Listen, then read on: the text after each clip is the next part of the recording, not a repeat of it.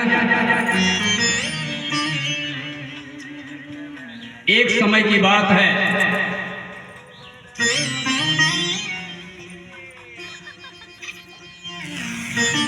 कौरव पांडवों में जब ये स्पष्ट हो गया कि अब युद्ध होना ही होना है और कोई मार्ग नहीं बचा, भगवान द्वारिकाधीश अपने द्वारिका से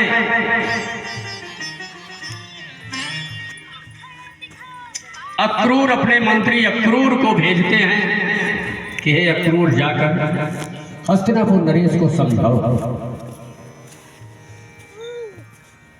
वो महाभारत की ओर ना बढ़े, युद्ध की ओर ना बढ़े, इससे सब नष्ट हो जाएंगे। एक बार तुम विद्वान आदमी हो, जाओ उन्हें समझाओ। अक्रूर आए, धृतराष्ट्र से कहने लगे, राजन,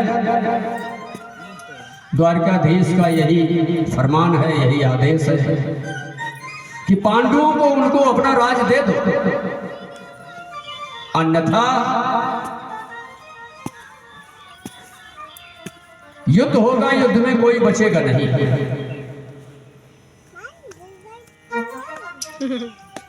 धृतराष्ट्र कहने लगा, भैया अक्रूर क्या करूं, मेरा काहे नहीं हो रहा, दुर्योधन स्वयं मेरा कहा नहीं मानता। अंततः अक्रूर गए, कहने लगे कि सरकार मैंने बहुत समझाया लेकिन इनको कुछ असर नहीं पड़ा। आखिरी बार भगवान ने कहा, एक बार मैं स्वतः जाऊंगा, और शांति दूत बनकर आए, बहुत समझाए दुर्योधन, अच्छा नहीं देगा आधा राज तो 5 गांव दे दे, लेकिन उस पर भी नहीं माना, बोला सूच अग्रेन नादास्यामी बिना युद्धेन केशव, हे केशव, तुम 5 गांव कह रहे हो, मैं सुई के अग्र भाग भर भी जमीन नहीं दूंगा पांडवों को।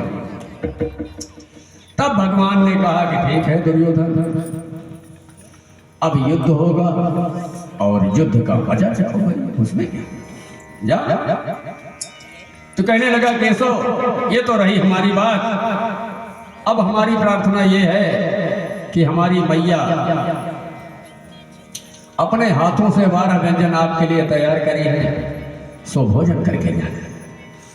भगवान कहने लगे, नहीं दुर्योधन, दरअसल मेरा निमंत्रण बहुत पहले से है, आज का भोजन तो मैं किसी के यहाँ नहीं कर सकता, तुम्हारे यहाँ नहीं, क्योंकि पहले से ही निमंत्रण है। दुर्योधन कहने लगा, कन्हैया, ऐसा कौन हस्तिनापुर में है जो हमसे पहले तुम्हें निमंत्रण दे दिया? अरे बोले, भाई काका विदुर।